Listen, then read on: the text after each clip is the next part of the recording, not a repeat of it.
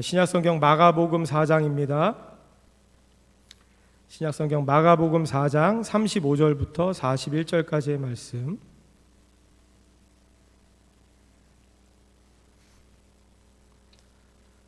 신약성경 마가복음 4장 35절로 41절까지의 말씀 우리 같이 합독해서 읽겠습니다. 35절부터 시작. 그날 저물 때에 제자들에게 이르시되 우리가 저편으로 건너가자 하시니 그들이 무리를 떠나 예수를 배에 계신 그대로 모시고 가매 다른 배들도 함께 하더니 큰 광풍이 일어나며 물결이 배에 부딪혀 들어와 배에 가득하게 되었더라. 예수께서는 고물에서 베개를 베고 주무시더니 제자들이 깨우며 이르되 선생님이여 우리가 죽게 된 것을 돌보지 아니하시나이까 하니 예수께서 깨어 바람을 꾸짖으시며 바다더러 이르시되 잠잠하라 고요하라 하시니 바람이 그치고 아주 잔잔하여지더라. 이에 제자들에게 이르시되 어찌하여 이렇게 무서워하느냐 너희가 어찌 믿음이 없느냐 하시니 그들이 심히 두려워하여 서로 말하되 그가 누구이기에 바람과 바다도 순종하는가 하였더라. 아멘. 할렐루야. 아멘. 오늘 읽은 말씀을 가지고 예수님과 함께 걷는 길이란 제목으로 말씀을 나누겠습니다. 여러분, 예수님과 함께 걷는다는 건 제자가 된다는 것인데, 여러분, 제자가 되기 위해서는 그냥 되는 게 아니고 훈련이 필요합니다. 그렇죠. 여러분, 저절로 되는 건 없겠죠. 훈련이 필요한데, 여러분, 훈련에는 두 가지 방법이 있습니다. 크게 두 가지 방법이 있습니다. 첫 번째는 이론적인 훈련이 있죠. 이론적인 훈련, 다른 말로 이야기하면 수동적인 훈련이라고 할 수 있습니다. 여러분, 우리가 말씀을 통해서 교육받는 것도 이론적인 훈련이죠.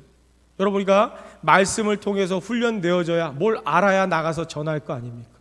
예수님의 제자가 되기 위해서는 이론적인 훈련도 필요합니다. 그래서 우리가 지난 시간에도 배웠던 것처럼 예수님께서는 예수님을 따라오는 많은 무리들을 가르치시기 위해서 지난 시간에 어떻게 하셨다 그랬습니까?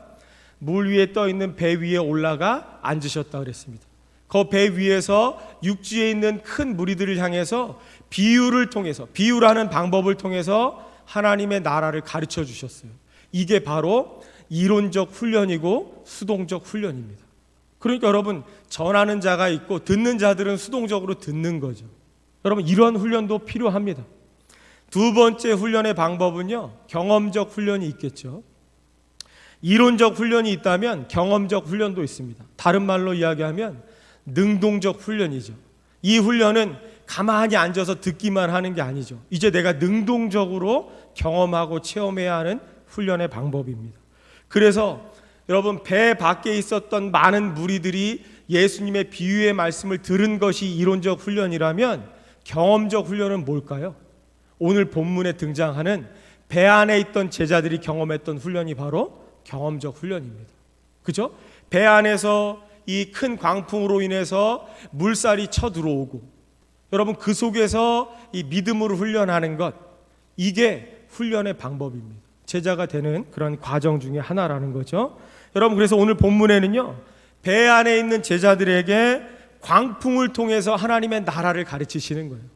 스승 되시는 예수님께서 자기 일 따르는 많은 제자들과 이 많은 무리들에게 비유를 통해서 천국 하나님의 나라를 가르치시는 이론적인 훈련뿐만 아니라 배 안에 제자들과 함께 하시면서 광풍을 통해서도 그들을 훈련시키시는 겁니다. 그게 오늘 본문에 나타난 내용이죠. 그래서 여러분, 이론적인 훈련도 중요합니다. 여러분, 뭘 알아야 면장을 해먹죠. 그죠? 여러분, 뭘 아는 것도 중요합니다. 지식적인 훈련도 필요하지만 이론적인 훈련만 아니고 이 경험적인 훈련도 필요합니다. 왜냐하면 이론적인 훈련만 가지고는 온전한 제자가 될 수 없기 때문이죠. 여러분, 내가 이 면허를 땄다고 해서 운전을 잘하는 건 아니잖아요. 그죠? 여러분, 필기 시험에 100점 맞았다고 해서 베스트 드라이버가 되는 건 아닙니다. 여러분, 오랜 시간 이 경험, 운전하는 경험이 쌓여야 운전을 잘하게 되는 거죠. 여러분, 내가 아무리 필기시험 100점 맞았다고 해서 자동적으로 베스트 드라이버가 되는 건 아니라는 거죠. 여러분, 지난 시간에 제가 해병대를 잠깐 소개했었는데, 물론 저는 해병은 아닙니다. 저는 이제 조교 출신입니다. 대단하죠. 이제 누군가를 가리켰어요. 군대 가서도. 여러분, 군대에 가면요, 훈련소에 가서 여러 가지 것들을 배웁니다. 수류탄 던지는 것도 배우고 사격하는 것도 배우죠. 여러분, 그런데 반드시 이론 훈련을 먼저 합니다. 수류탄은 어떻게 생겼고 어떠한 파괴 효과가 있고 어떻게 이것을 조작해야 하는지, 어떻게 던져야 하는지에 대한 이론을 배웁니다. 그 다음에는요, 실전에 가서 저쪽 물 안에다가 수류탄을 던지는 거예요. 물 위에 이렇게 튜브 같은 게 하나 떠 있고 그 안에다가 이 수류탄을 던지는 겁니다. 여러분, 그런데 이론적으로 난 잘 안다고 그래서 실전 훈련을 해보지 않으면 여러분 다릅니다. 이론과 실전은 다른 거예요. 그래서 반드시 이론에 대해서 공부를 했다면 반드시 필드에 나가서 실전 훈련도 해야 하는 거죠. 여러분, 사격을 할 때에 이론적으로 총알이 나가는 원리와 어떻게 이 조작을 해야 하고, 여러분 총알을 어떻게 끼워야 하고, 방아쇠를 어떻게 당겨야 하고, 저 표적은 어떻게 맞춰야 되는지를 이론을 통해서 배우지만, 시험도 보지만, 여러분 실질적으로 총을 만지고 이 방아쇠를 당겨보지 않으면 사격을 할 줄 모르는 거죠. 여러분, 실질적으로 사격을 해보면 내가 배운 것과 내가 아는 것과 굉장히 다릅니다. 내가 배운 대로 하면요, 저 관역에 딱 맞아야 되는데 맞지 않는 경우들이 많다는 거예요. 그러니까 여러분, 이론과 동시에 우리는 반드시 경험적인 훈련이 필요합니다. 여러분, 그것이 동반될 때에, 그것이 수반될 때에 우리는 진정한 제자가 될 수 있다라는 것이죠. 여러분, 그런데 이러한 훈련, 여러분 우리 예수 그리스도를 믿고 따르는 성도들에게는 이 훈련이 뭐겠어요? 여러분, 이 훈련이 여러 가지 상황, 또한 고난, 역경, 환난 같은 것들이 여러분 우리의 신앙을 훈련시키는 그러한 훈련의 방법입니다. 여러분, 그러한 훈련이 올 때에 하나님은 우리를 어떻게 하시냐? 그냥 그곳에 내버려 두시지 않는다는 거예요. 중요한 사실은 하나님은 하나님의 백성들, 하나님의 자녀들이 고난받고 훈련받는 데에 그냥 내버려 두지 않으시고 함께 동참하신다는 사실입니다. 여러분, 믿으시죠? 여러분, 이 하나님께서 이 천지를 창조하시기 전에 창세기 1장 2절 말씀에 보면 땅이 혼돈하고 공허하며 흑암이 깊음 위에 있고 하나님의 영은 수면 위에 운행하시니라 그랬습니다. 여러분, 만물이 지어지기 전에, 창조되기 전에 하나님의 영이 수면 위를 운행하실 때의 땅의 상태가 어떠했다고요? 혼돈하고 공허했습니다. 하나님께서 수면 위를 운행하실 때에 아직 창조가 이루어지기 전에 땅은 혼돈하고 공허했습니다. 흑암이 깊음 가운데 있었다는 거예요. 여러분, 이게 여기서 보면 여러분 구약에서는 대부분 큰 물을 무엇에 비유하냐면 큰 물을 흑암과 혼돈의 상징으로 비유합니다. 그러니까 여러분, 하나님의 말씀이 임하기 전에, 이 천지 가운데 하나님의 말씀이 임하기 전에는 어떠한 상태였냐면 카이오스, 혼돈의 상태였다는 거예요. 공허한 상태였습니다. 흑암이 아주 깊음 위에 있었습니다. 여러분, 그러한 때에 비로소 이제 창세기 1장 3절에 가면 뭐라고 말씀하십니까? 빛이 있으라. 하나님의 말씀이 선포되는 거죠. 그럴 때 비로소 흑암이 물러가는 거예요. 혼돈했던 것들이 질서를 잡기 시작하는 거죠. 창조가 이루어지는 겁니다. 아무것도 없던 무의 상태에서 이제 유의 상태로 바뀌어져 가는 거예요.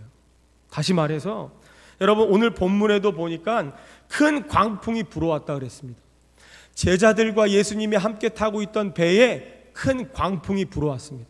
큰 광풍이 불어서 물결이 배에 부딪혀서 배 안에 들어오는 거예요. 그래서 배 안에 물이 가득 차게 되어지는 그러한 상황을 우리에게 보여주고 있죠. 여러분, 이러한 상황들이 오늘날 저와 여러분들에게는 어떠한 상황입니까? 고난이라고 하는 상황이에요. 여러분, 광풍이 뭐예요? 미칠광, 바람풍. 바람이 미친 듯이 부는 거죠. 여러분, 그 광풍이 부니까 파도가 높게 칩니다. 그래서 물결이 배에 부딪혀서 이 물이 배 안으로 들어오는 거예요. 심지어 물이 가득 차게 되어집니다. 그래서 제자들이 예수님을 깨워서 뭐라 그래요? 선생님, 우리가 지금 죽게 된 것을 어찌하여 돌보지 않으시고 잠만 주무십니까? 이 상황에서 지금 잠이 오십니까? 여러분, 이렇게 말씀하는 거예요. 여러분, 우리들도 오늘날에 이러한 상황들이 있잖아요. 뜻하지 않는 광풍이 불어옵니다. 막 물결이 배에 부딪혀서 우리 가정으로 막 들어와요. 내 안으로 막 들어오는 거예요. 여러분, 이런 여러 가지 상황들이 쓰나미처럼 우리 가운데 밀려오는 이 상황, 이것이 바로 고난이고 훈련이죠. 중요한 건 무엇이냐면, 여러분, 우리가 잊지 말아야 할 것은 이러한 상황 가운데, 물결이 배에 부딪혀서 배에 가득하게 되어진 상황 가운데 누가 계셨다는 거예요? 예수님이 함께 계셨다는 거예요. 여러분, 제자들만 홀로 배를 태워서 너네 잘 가, 이게 아니고 그 배 안에 광풍이 일고 지금 물결이 배 안으로 들어오는 그 상황 가운데 예수님이 함께 동행하셨다는 거예요. 그 안에 함께 타고 계셨다라는 사실입니다. 여러분, 훈련소에도 가면요, 조교가 있습니다. 조교가 훈련병들이랑 같이 뛰는 거예요. 아침이 되면요, 야, 니네 운동장 10바퀴 뛰어, 이게 아니고 조교 같이 뜁니다. 앞장서서 같이 뛰는 거예요. 그 다음에 여러분, 행군할 때도 조교들도 같이 행군을 합니다. 여러분, 훈련소에 훈련병들과 함께하는 조교가 있듯이 성도들이 고난받는 훈련의 장소에 누가 계시냐? 예수님이 함께 계시는 거예요. 여러분, 그걸 잊으면 안 됩니다. 여러분, 우리의 고난받는 것을 하나님 내버려 두지 않으신다는 거예요. 그곳에 우리와 함께 하신다라는 사실입니다. 여러분, 그러한 고난 가운데, 그러한 훈련의 상황 가운데서 오늘 본문에 보니까 두 가지의 반응이 있습니다. 두 종류의 반응이 있는데, 첫 번째 반응은 어떤 반응이었냐면, 여러분, 이러한 상황 가운데서, 이런 훈련이라고 하는 상황 가운데서 첫 번째 반응은 주무시는, 베개를 베고 주무시는 예수님이죠. 와, 여러분, 죽게 된 상황 가운데서 한쪽에서는 주무시는 반응을 보입니다. 여러분, 이것을 지난 시간에 얘기했던 이 네 종류 밭의 비유에서 본다면, 예수님이 지금 상황에도 굴하지 않으시고 지금 배 한켠에서 베개를 메고 주무신다라는 건 무엇을 상징하겠습니까? 예수님이 가진 생명력과 안정감 있는 마치 복음의 씨앗을 상징하는 거죠. 여러분, 요한복음 1장 14절 말씀해 보니까 말씀이신 하나님, 태초에 그 하나님과 함께 하셨던 말씀이신 예수님이 육신을 입고 우리 가운데 오셨다는 거예요. 여러분, 이 땅에 열매를 맺기 위해서 씨앗이신 예수님이 오셨다는 거죠. 그 예수님의 생명력과 안정감을 보여주는 게 오늘 본문에서 이 고물 가운데서 베개를 베고 주무시는 예수님의 반응을 통해서 우리가 알 수 있습니다. 그 다음에 두 번째 반응은 뭐였어요? 이렇게 안정감 있게 주무시는 예수님에 반해서 불평하고 원망하는 제자들의 반응이 있었습니다. 호들갑을 떨면서 예수님을 흔들어 깨웁니다. 예수님, 우리가 지금 다 죽게 됐습니다. 지금 주무실 때가 아닙니다. 여러분, 원망하며 불평하는 그러한 반응도 있었다는 거죠. 이것을 네 종류 밭에 비유한다면, 지난 시간에 돌이라는 건 이 뭐라 그랬습니까? 페트라. 그래서 베드로의 이름이 페트로스라고 그랬습니다. 여러분, 그러니까 이 마치 제자들이 돌밭과 같다는 거예요. 돌밭의 특징은 뭐예요? 흙이 얕고 돌들이 많은 거죠. 결핍을 상징한다 그랬습니다. 그러니까 지금 제자들이 오늘 이 고난이라고 하는 훈련의 상황 가운데서 드러냈던 건 뭘 드러냈습니까? 무엇이 결핍하다는 걸 보인 거예요? 믿음이 결핍한 걸 보인 거죠. 흙이 얕다라는 걸 보여주는 거예요. 그래서 이 제자들이 지금 예수님 앞에 원망하고 불평했던 모습들은 마치 돌밭과 같은 그러한 제자들의 모습들을 우리에게 보여주고 있습니다. 여러분, 돌은요, 디딤돌이 될 수도 있지만 걸림돌이 될 수도 있다라고 말씀드렸습니다. 오늘 보여진 이 제자들의 모습들은요, 마치 걸림돌과 같아서 믿음의 결핍으로 인해서 걸려 넘어지는 그러한 제자들의 모습을 우리에게 보여주고 있습니다. 여러분, 이런 상황 가운데서 예수님이 어떻게 하셨냐면, 마가복음 1장 25절 말씀을 한번 보여주시면, 예수님께서 가버나움에 가셔서 회당에 들어가셨더니 거기에 더러운 귀신 들린 사람이 있었습니다. 그 더러운 귀신 들린 사람, 그 사람에게 임했던 귀신을 향해서 예수님께서 25절에 뭐라고 말씀하셨냐면, 예수께서 꾸짖어 이르시되 잠잠하고 그 사람에게서 나오라, 이렇게 말씀하셨습니다. 여러분, 예수님께서 더러운 귀신을 향해서 꾸짖으시면서 말씀하셨어요. 잠잠하라, 그 사람에게서 나오라, 이렇게 말씀하셨는데 동일하게 오늘 본문 말씀에도 보니까 예수님께서 4장 39절에 뭐라고 말씀하셨냐면 예수께서 깨어 바람을 꾸짖으시며 바다더러 이르시되 잠잠하라 고요하라 이렇게 하셨다는 거예요. 여러분 이 두 가지 말씀을 통해서 첫 번째 마가복음 1장에 가버나움 회당에 있는 더러운 귀신을 향해서 꾸짖으시고 잠잠하라 하신 건 누구를 대상으로 하신 거죠? 귀신. 더러운 귀신에게 예수님께서 말씀하신 거죠. 여러분 그러니까 귀신이란 존재는 어떤 존재냐면 초자연적인 존재잖아요. 그죠? 초자연적인 존재인 귀신을 향해서 예수님께서 꾸짖으시면서 잠잠하고 나오라 말씀하실 때 어떻게 했어요? 귀신이 나왔습니다. 귀신이 나갔어요. 그 다음에 오늘 본문 39절에 있는 이 바람을 꾸짖으시고 바다더러 잠잠하라 고요하라 말씀하신 건 지금 대상이 누굽니까? 자연적인 존재인 바람과 바다에게 하시는 말씀이죠. 여러분 그러니까 예수님은요 똑같은 말씀을 초자연적인 존재인 귀신에게도 하셨고 자연적인 존재인 바람과 바다를 향해서도 잠잠하라 고요해라 꾸짖으셨다는 거예요. 여러분 중요한 건 뭐냐면 그 대상이 초자연적인 존재든 자연적인 존재든 예수님께서 말씀하실 때 어떻게 했습니까? 순종하고 그대로 되어지는 거예요. 그 사람에게서 나오라. 그 대상이 초자연적인 존재인 귀신이라 할지라도 예수님의 말씀에 순종합니다. 여러분 자연적인 이 존재인 바람과 바다도 예수님의 말씀에 반응하는 거예요. 순종으로 반응하는 걸 우리가 볼 수 있다라는 거죠. 그래서 여러분 지금 이 배 안에 제자들과 함께 하신 예수님을 통해서 지금 예수님은 제자들에게 어떠한 모습을 보여주고 계시냐면 귀신들에게 말했을 때나 이 바람과 파도에게 말했을 때나 동일하게 예수님의 말씀에 순복하는 예수님의 신적인 권위를 보여주시는 거죠. 얘들아 잘 봤지? 가버나움 회당에서도 내가 똑같이 얘기했을 때 귀신이 나가는 걸 너희들 봤지? 오늘 내가 바람과 바다더러 꾸짖으면서 잠잠해라 고요하라 할 때에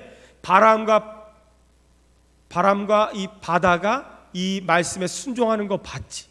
여러분 이렇게 예수님의 신적인 권위를 제자들에게 보여주시는 거죠. 보여주심으로 제자들에게 교육을 하신다라는 거예요. 오늘 우리 학생부 예배에서는 창세기 22장에 있는 이 아브라함이 이삭을 번제로 바쳤던 사건 통해서 여호와 이레에 대한 말씀을 나눴습니다. 여호와 이레가 뭐죠? 여호와의 산에서 준비되리라 이런 말씀인데요. 여러분 히브리어로 여호와 이레라는 말은 예호바 라라는 뜻입니다. 라는 뭐냐면 보다라는 뜻이 있어요. 그러니까 이 아브라함이 이삭을 번제로 드릴 때에 하나님께서 아브라함아 내 아들을 죽이지 말아라 그러면서 순양을 미리 준비해 두시는 그 하나님을 향해서 아브라함이 했던 말이죠. 여호와 이레라는 거예요. 아 하나님이 이렇게 준비해 주시는구나. 그런데 여러분 원어적으로 보면 예호바 라아 여호와의 산에서 보여지리라 준비되리라가 아니라 보여지리라. 여러분 아브라함이 수풀에 걸린 순양을 통해서 뭘 보는 거예요? 장차 어린 양 예수 그리스도가 이 땅에 오셔서 온 인류를 대신하여 피 흘려 죽으심으로 구원을 이루실 것을 보는 거예요. 여호와의 산에서. 여러분 이삭을 드릴 때에 수풀에 걸린 양을 보면서 아 하나님이 미리 준비하셨구나. 단순히 이 정도 차원이 아니라 여러분 아브라함은 앞으로 되어질 일 하나님께서 약속을 통해서 내가 여자의 후손을 통해서 메시아를 너희에게 보내주리라 한 그 약속의 말씀 그것을 보는 거예요. 이 순양을 통해서 보는 겁니다. 아 이렇게 머지않아 하나님의 아들 예수님이 오셔서 메시아가 이 땅에 오셔서 양처럼 죽으시고 피 흘리셔서 온 인류를 구원하실 것을 보게 되어진 사건 이게 예호바 라합니다. 우리가 아는 여호와 이레라는 거죠. 여러분 그래서 본론적으로 예수님과 함께 걷는 길 우리가 제자가 되어지는 그런 과정에는요 두 가지가 있습니다. 여러분 우리가 예수님과 함께 하면서 무엇을 배워가는 거냐 무엇을 알아가냐면 첫 번째는요 제자로서의 덕목을 갖추어 가는 거죠. 우리 자신이 내가 과연 예수님의 제자로 합당한가 내가 예수님의 제자로서의 합격인가라고 하는 자신들을 스스로 돌아보면서 제자의 덕목을 갖추어가는 과정입니다. 그래서 예수님은 조금 전에 비유로서 배 밖에 있는 육지에 있는 큰 무리들을 비유로 말씀하여 가르치신 후에 제자들을 데리시고 배를 타시고 저편으로 건너가시는 거예요. 그러면서 제자들과 함께 지금 배로 여행을 하시는 중입니다. 여러분, 그래서 비유를 통해서 하나님 나라에 대한 말씀과 그 다음에 그 예수 그리스도의 능력을 지금 삶의 현장에서 온몸으로 체험하도록 제자들을 데리고 바다 위로 같이 가시는 거죠. 여러분, 그래서 제자란 예수님과 함께 동행하면서 들은 말씀들을 이제 삶의 현장에서 몸으로 체험하는, 그러면서 제자로서의 덕목을 갖추어가는 그런 과정이라는 거죠. 예수님과 함께 걷는 길, 제자가 되어지는 두 번째 과정은 뭐냐면, 예수님과 함께 하면서 우리는 무엇을 알아갈 수 있냐면 예수님이 어떠한 분이라는 것을 알아가는 과정입니다. 여러분, 예수님과 함께 걷는다라는 건 두 가지인데, 첫 번째로는 내 스스로를 돌아보면서 제자로서의 덕목을 갖추어가는 과정이고, 또 하나는 예수님을 알아가는 삶의 여정입니다. 그게 바로 예수님과 함께 걷는 길의 여정입니다. 그래서 예수님과 함께 이 배를 통해서 지금 여행을 하는 여정 가운데 있는 제자들은 지금 이 두 가지에 비추어 볼 때 첫 번째로 자신들의 어떠한 모습을 봤습니까? 믿음 없음을 보게 되는 거예요. 내가 제자라고 말하면서도 우리 안에 예수님과 함께 하는데도 불구하고 믿음이 없음을 보게 되어지는 거죠. 두 번째로는 뭘 봤냐? 바람과 이 바다를 향해서 말씀하실 때에 그 말씀에 순종하는 예수님의 신적 정체성이 뭔지를 보게 되어진 거죠. 그래서 그 41절에 뭐라고 고백합니까? 그가 누구이기에? 여러분, 비로소 여러분 제자들이 예수님과 함께 동행하고 예수님이 말씀 전하실 때도 옆에서 듣고 귀신을 쫓고 병자를 치유하실 때도 옆에서 다 보았지만, 이론적인 훈련, 수동적인 훈련은 했지만, 여러분 제자로서의 이 덕목을 갖추어가는, 비로소 바다라는 현장 가운데서 온몸으로 부딪히면서 깨닫는 거, 내가 믿음이 없구나. 또 하나는 우리 예수님 대단한 건 알았지만 저분이 도대체 누구이시기에 어떻게 자연적인 존재가 그분의 말씀에 저렇게 순복하느냐. 여러분, 그 예수님의 신적 정체성에 대해서 알아가는 그런 과정이라는 거예요. 그래서 여러분, 지금 아주 공허하고 혼돈스러운 이 바다의 현장 가운데서 예수님은 제자들의 두려움을 뭐로 바꿔주시는 거예요? 믿음으로 바꿔주시는 거예요. 어찌하여 너희들이 믿음이 없느냐? 좀 뒤에 말씀드리겠습니다. 제자들의 이 두려움을 믿음으로 바꿔주셨습니다. 또 여러분, 지금 이 광풍이 불고 지금 막 난리도 아닌, 여러분 그 이 혼돈을 질서로 바꿔주시는 거예요. 잠잠하라, 고요하라 그러시면서 지금 혼란스러운 상황을 질서로 바꿔주시는 그런 신적 권위가 예수님에게 있다라는 걸 보여주시는 거죠. 여러분, 그래서 오늘 이 말씀에 보니까 어찌하여 무서워하느냐 그러셨습니다. 예수님께서 제자들을 향해서 어찌하여 무서워하느냐, 어찌 믿음이 없느냐, 이렇게 40절에 말씀하는 걸 우리가 볼 수 있습니다. 여러분, 그래서 무서워하고 두려워하는 이 제자들의 두려움이 지금 뭐가 없다라는 거예요. 뭐가 없기 때문에 두려워한다라는 겁니까? 믿음이 없기 때문이죠. 어찌하여 무서워하느냐, 어찌 믿음이 없느냐. 그러니까 왜 두려워하고 무서워하냐면 믿음이 없기 때문에 그렇다는 거예요. 여러분, 씨앗이 땅에 떨어졌는데 왜 뿌리를 깊게 못 내립니까? 왜 태양에 말라 죽어갑니까? 흙이 얕기 때문에 그런 거예요. 결핍하기 때문에 그렇습니다.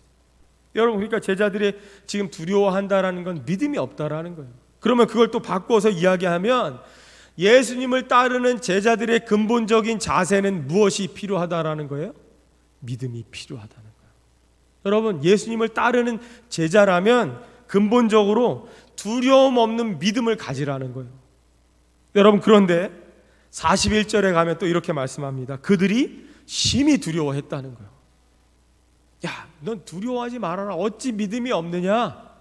이렇게 말씀하셨는데 41절에 그들이 심히 두려워했다 그랬습니다. 여러분, 여기서 심히 두려워했다라는 건 상황에 대한 두려움이 아닙니다. 상황에 대한 두려움이 아니라 바람과 이 바람과 파도를, 바다를 향해서 말씀하실 때에 자연적인 존재가 그 말씀에 순복하는 걸 보고 예수님의 신적인 권위에 대한 두려움이에요. 여러분, 그래서 성경에 보면 많은 사람들이 하나님을 실질적으로 하나님의 이 현현 앞에 서면 인간들의 반응은 두려움입니다. 그죠? 여러분, 구약에도 보면 하나님을 만났을 때의 반응들이 어떻습니까? 나 이제 죽었구나. 네. 여러분, 인간들이 하나님을 만나게 되면 처음 반응이 뭐냐? 두려워한다라는 거예요. 그래서 제자들이 심히 두려워했다라는 건 바로 뭐냐? 예수 그리스도의 신적인 두려움입니다. 야, 내가 그저 함께 나와 같은 이 육신을 가지고 우리와 함께 먹고 함께 주무시는 그 선생님으로서의 예수가 아니라 지금 이 바다 위에서 이 훈련의 현장 가운데서 경험했던 예수님은 어떤 예수님이에요? 신적 권위를 가진 예수님이에요. 그래서 그분에 대한 두려움이 있다는 거예요. 이걸 다른 말로 경외라고 말합니다. 여러분, 그래서 상황에 대한 두려움이 아니라 신적 권위에 대한 두려움을 경외한다라고 말하는 거죠. 여러분, 그래서 우리가 하나님을 두려워하라는 건 무서워요 이런 두려움이 아니고 그분의 신적 권위에 우리가 이 경외함으로 나아가라 이런 말씀인 거죠. 그래서 여러분, 제자들이 심히 두려워했다라는 건 상황에 대한 두려움이 아니고 예수님에 대한 신적 권위에 대한 두려움이었습니다.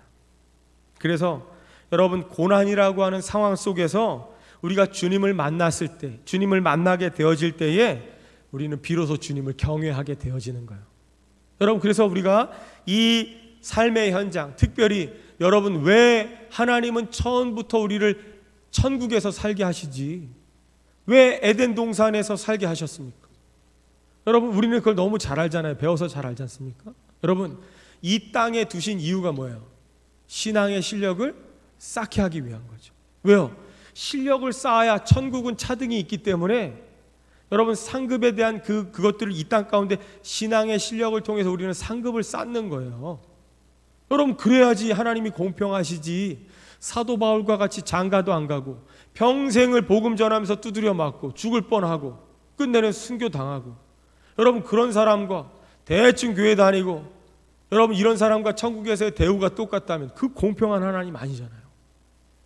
여러분, 그래서 우리는 이 땅 가운데 살면서 여러분, 이 물질적인 제한적인 공간 안에서 우리는 열심히 신앙의 실력을 쌓는 거예요. 여러분, 그렇기 때문에 우리가 이 훈련장이라고 그러잖아요. 이 땅의 삶을 훈련장이라고 말합니다. 여러분, 이 훈련장에서 우리는요, 이 고난이라고 하는 훈련을 통해서 누구를 만나야 하는 거예요? 예수님을 만나야 돼요. 함께 하시는 그 예수님, 지금도 내 안에서, 지금 저 배 한켠에서 주무시고 계시는 예수님을 만나야 하는 거예요. 그럴 때 우리가요, 그 주님을 경외하게 되어질 줄 믿습니다. 그래서 여러분, 제자들이 뭐라고 그랬냐면 그가 누구이기에 이러한 반응을 보입니다. 여러분, 그러니까 예수님의 정체성에 대해서 비로소 제자들이 질문을 던지는 거예요. 여러분, 그동안에는 함께 하면서 한 번도 예수님이 누군지에 대한 이 궁금증이 없었습니다. 눈으로 보여지니까, 귀로 들려지니까. 그런데 비로소 이제 신적 권위를 가지신 예수님을 보면서 그분을 경외하면서 이제 비로소 그들 안에 예수님의 정체성에 대한 질문을 하기 시작하는 거예요. 그가 누구이기에. 여러분, 그래서 여러분, 이렇게 예수님의 이 정체성에 대해서 질문을 던진다라는 건 뭘 증거하는 거냐면 이제야 비로소 하나님의 말씀이 씨앗이 떨어졌다라는 걸 의미하는 거예요. 여러분, 육신을 입고 말씀이신 하나님, 그 예수님께서 이 땅에 씨앗이 되어 오셨다라는 거예요. 그 씨앗이 우리의 마음밭에 떨어졌다라는 걸 뭘 증거하는 거, 어떻게 증거하느냐? 지금 제자들이 비로소 예수님에 대해서 묻기 시작하는 거예요. 그가 누구이기에? 여러분, 질문을 하기 시작한다라는 겁니다. 여러분, 그래서 처음 이 말씀이 육신이 되어 우리 가운데 오셔서 우리의 심령의 밭에 떨어져 심겨졌다라는 것을 우리가 그분에 대한 질문을 통해서 알 수 있다고 했습니다. 그 다음에 이것이 지금 잘 뿌리 내려지면 어떠한 질문을 던지냐? 어떻게 고백하게 되어지느냐? 베드로와 같이 이렇게 고백하는 거예요. 주는 그리스도시요 살아계신 하나님의 아들이십니다. 여러분, 우리가 교회를 십수년 다니면서, 평생을 다니면서 여러분 주일학교부터 늘 듣는 말씀들이 있잖아요. 그래서 여러분 누가 물어보면 대답 잘합니다. 여러분 그런 거 말고 정말 씨앗이 내 안에 심겨졌다면 묻기 시작하는 거예요. 도대체 하나님 어떠한 분이시냐? 그분이 내 삶에 도대체 뭐냐? 나하고 무슨 관련이 있으시냐? 여러분 질문하기 시작하는 거예요. 그러면서 점점 신앙이 자랍니다. 뿌리를 내립니다. 이제 막 열매를 맺기 시작합니다. 그러면 비로소 우리 이 입의 고백을 통해서 뭐가 터져 나오는 거예요? 그분을 향해서 고백하는 거예요. 주는 그리스도시요 살아계신 하나님의 아들이십니다. 여러분 누가 시켜서 되는 게 아닙니다. 여러분 로봇처럼 배운 거 반복적으로 이야기하는 게 아니고 이제 그것이 내 안에 진정한 고백으로 터져 나오는 거예요. 열매가 되어 나오는 거예요. 여러분 그러니까 제자들이 처음에는 어땠어요? 돌밭과 같이 믿음이 결핍하니까 넘어져요. 그래서 예수님 깨우고 호들갑 피웁니다. 여러분 그러다가 점점 이 씨앗이 심겨지고 뿌리 내려지기 시작하니까 여러분 베드로에게 질문하잖아요. 너희들은 나를 누구라 하느냐? 여러분 예수님에 대한 정체성에 대한 질문을 던질 때 이제는 대답할 수 있는 거예요. 주님은 그리스도십니다. 살아계신 하나님의 아들이십니다라고 고백하는 거죠. 여러분 교회를 오래 다닌 것도 중요하겠지만 더 중요한 건 뭡니까? 여러분 필기시험 만점 맞는 것도 중요하겠지만 더 중요한 건 뭐예요? 우리의 삶 가운데 얼마만큼 하나님이 경험되어졌느냐, 얼마만큼 내가 이 하나님의 말씀을 진짜 내 걸로 만들며 살고 있느냐, 여러분 그게 진짜 예수님과 함께 길을 걷는 제자의 삶입니다. 그래서 여러분 예수님과 함께하는 삶이란 뭐냐? 예수님과 함께하는 이 혼돈의 바다로의 여행이 내 자신을 알아가고 내 믿음을 보게 되어지고 예수님이 비로소 누군지를 알아가는 과정이 바로 예수님과 함께 걷는 길이라는 거예요. 여러분 그래서 오늘날에 하나님의 백성된 저와 여러분들, 우리 성도들에게 닥쳐지는 환난과 혼돈의 상황은요, 여러분 우리가 원망과 불평해야 될 일이 아니고 그리스도를 더 깊이 알아가는 과정입니다. 여러분 그걸 꼭 기억하시기 바랍니다. 그래서 여러분 우리가 고난을 만났다면, 환난을 만났다면, 여러분 우리의 삶이 혼란스럽고 혼돈스럽다면 여러분 비로소 그 속에서 예수님이 누구이신가, 그분에 대한 정체성에 대한 고민과 질문이 있어야 하는 거예요. 여러분 그래서 한평생 교회에 또 출입 안 하고 예수님도 모르고 복음도 듣지 못했던 사람들이 누군가가 전해주는 복음을 통해서 이제 비로소 예수님을 이론적으로 말씀적으로 경험했습니다. 그러다가요 그러한 분들이 삶에 어려운 일이 있을 때에 역사하시는 하나님을 체험하고 나면요 그들이 비로소 묻는 거예요. 와, 도대체 하나님 어떠한 분이시길래, 야 이건 누구도 안 된다고 했고 이거 정말 될 일이 아닌데, 이건 불가능한데 어떻게 하나님 이 일을 하셨을까라고 비로소 예수님에 대한 그 신적 정체성에 대해서 묻기 시작한다는 거예요. 여러분 그러면 진짜 이제 제자가 되어가는 과정입니다. 그래서 여러분 예수님과 함께 하면서 말씀의 씨앗이 우리 안에 이제 뿌리 내리기 시작했다라는 증거라는 거예요. 결론입니다. 여러분 그래서 실력은요 반드시 검증을 통해 나타납니다. 그렇죠? 여러분 학교에서 학생들이 열심히 수업 시간에 수업을 듣고 공부하지만 그게 그들의 실력이 어떠한가는 시험 시간에 나타나는 거예요. 시험을 통해서 나타나게 된다는 거죠. 여러분 그래서 오늘날의 이 청년들이 취업하기 위해서는 두 가지 해야 되잖아요. 뭐 해야 돼요? 이력서 내야 되고 면접 봐야 하는 거예요. 여러분 이력서를 통해서 내가 어떠한 삶을 살았습니다, 나란 사람은 어떠합니다라는 이런 것들을 이 필기적인 걸 통해서 보여주지만 그것만 갖고 되는 게 아니죠. 여러분 학력은 서울대 여러분 막 유학하고 이래도요, 여러분 이 사람이 실질적인 이 강단에 서서 말을 못 전한다면, 여러분 배운 건 많은데 전하는 게 10%밖에 안 된다면 그 사람의 실력은 10%밖에 안 되는 거예요. 여러분 그래서 시험에는요 필기 시험도 있지만 실기 시험도 있습니다. 여러분 필기 시험 운전면허 딸 때 필기 시험 100점 맞았다고 해서 바로 면허증 주는 게 아니에요. 그러면 이제 실기 시험 볼 자격이 주어진 거죠. 그럼 실기시험 봐야 돼요. 제가 면허 딸 때요, 거기에 어떤 이제 연세가 좀 있으신 할머니 한 분이 오셨어요. 면허 따러 오셨는데, 와, 그 국가고시잖아요. 그러니까 집안의 며느리부터 이제 아들들이 다 왔습니다. 이제 우리 할머니 축하하기 왔는데, 제가 옆에서 보는데 얼마나 안타까운지, 이 할머니가 도로로 달려야 되는데 그 인도 위로 올라가셨습니다.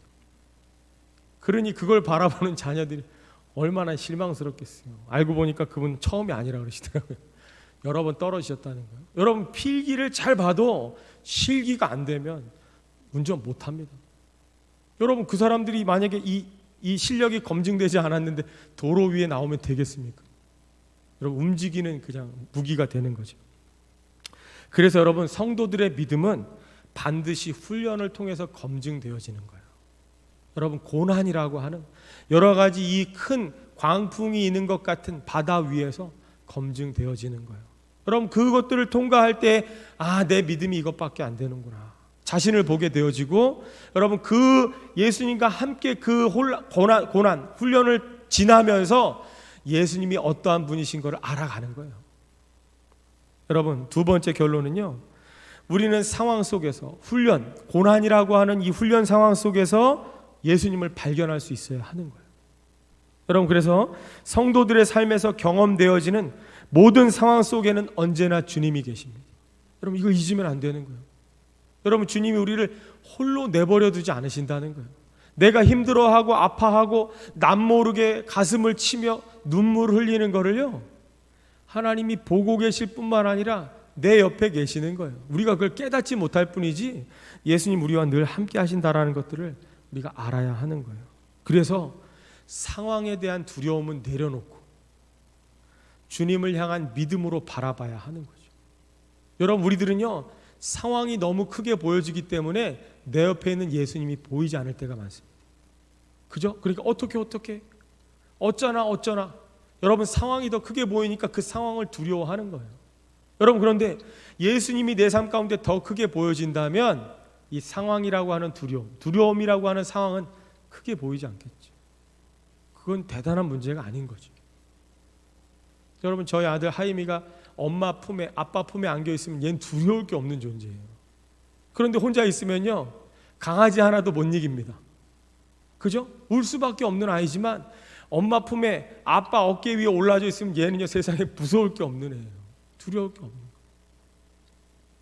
여러분, 그래서 언제나 고난이라고 하는 훈련 상황 속에서 우리는 함께 하시는 예수님을 발견할 수 있어야 됩니다. 그래서 복음의 씨앗 되시는 예수님께서 우리의 마음의 밭에 뿌리 내리게 하려면 우리는 날마다 삶 속에서 함께 하시는 예수님을 발견해야 하는 것이죠. 마지막 결론입니다. 여러분, 출애굽기에 보면 이 모세라고 하는 이 아이가 여러분 바로의 공주의 손에서 애굽에 들어가서 양자로 자랍니다. 여러분, 모세가 애굽이라고 하는 큰 이 거대한 제국 안에서 그것도 바로의 공주의 아들로 자라는 거예요.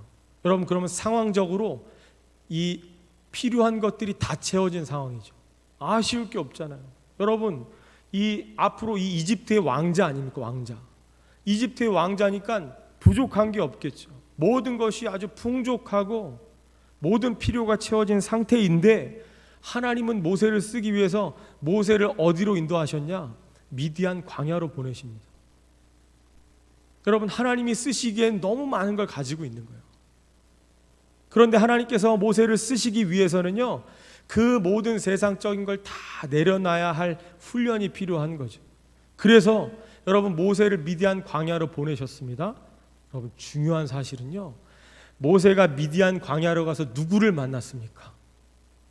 여러분, 누구를 만나냐면요, 출애굽기 2장에 보면 16절부터 말씀해 보면 미디안 제사장인 르우엘을 만납니다. 르우엘. 여러분, 이드로라고도 하는데 여러분, 처음 만났을 때의 그 모세의 장인의 이름은 르우엘이라고 성경 기록하고 있습니다. 여러분, 르우엘이요, 히브리어로 뭐라고 하냐면 레우엘이라는 거예요. 레우엘. 여러분, 엘은 뭔지 아시죠? 보통 하나님을 뜻하는 단어가 엘이잖아요. 레우는 뭐냐? 친구입니다. 친구. 그러니까 르우엘, 히브리 말로 레우엘은 뭐겠어요? 친구 대신 하나님을 만난 거예요. 여러분, 애굽에서 남부러울 것 없고 세상적으로 모든 것을 다 가졌던 그 이집트의 왕자였던 모세가 미디안 광야로 가서 누구를 만나냐? 하나님의 친구 되는 그 르우엘을 만나는 거예요. 여러분, 하나님께서 우리를 광야로 내보내시지만, 하나님께서 우리를 사용하시기 위해서 광야로 내보내시지만 우리를 홀로 보내지 않으신다는 거예요. 여러분, 그 광야에서 누구를 만나는 거예요? 친구 되신 하나님을 만나는 거예요. 여러분, 하나님의 친구 되시는 예수님을 우리가 만나는 거예요. 그래서 여러분, 모세가 미디안 광야에 가서 미디안 제사장 르우엘을 통해서 그의 딸과 결혼하여서, 여러분, 그렇게 40년을 거기서 훈련되어지는 겁니다. 여러분, 절대로 모세 혼자가 아니에요. 여러분, 때때로 개인적으로 여러분들 상황이 지금 마치 광야에 홀로 버려진 것 같은 상황일지라도 여러분, 이 안에서도 함께 하시는 예수님을 발견해야 돼요. 찾아야 돼요. 우리의 친구로 오시는 그 하나님을 우리가 만나야 합니다. 여러분, 만나서 그분과 함께 길을 가면서 내 믿음이 어떠한지, 내가 진짜 진정 예수님의 제자로서 합당한지를 내 스스로를 돌아보고 이분이 진정 어떠한 분이심을 하나하나 배워가고 알아가는, 여러분, 그것이 우리에게 필요합니다. 그래서 여러분, 모세는 바로의 공주의 아들로서 모든 것을 다 가졌지만 하나님은 그 모세를요 광야로 보내셔서 40년 동안 양을 치게 하셨습니다. 그러면서 목자로서 준비하게 하시는 거죠. 그런 후에 하나님 부르시는 거예요. 하나님의 사명을 감당할 자로 부르시는 거예요.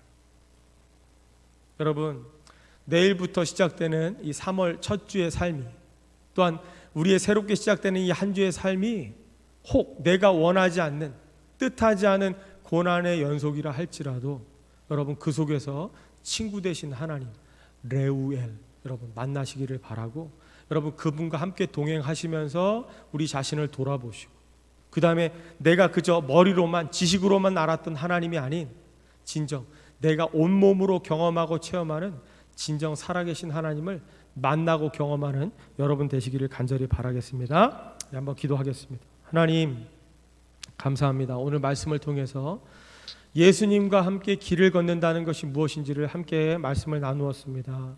하나님, 광풍이는 바다 위에서 물결이 배에 부딪혀 배 안에 가득 차게 될 때에 원망하며 불평하며 예수님을 깨우고, 선생님이여 어찌하여 우리가 죽게 된 것을 돌아보지 아니하십니까?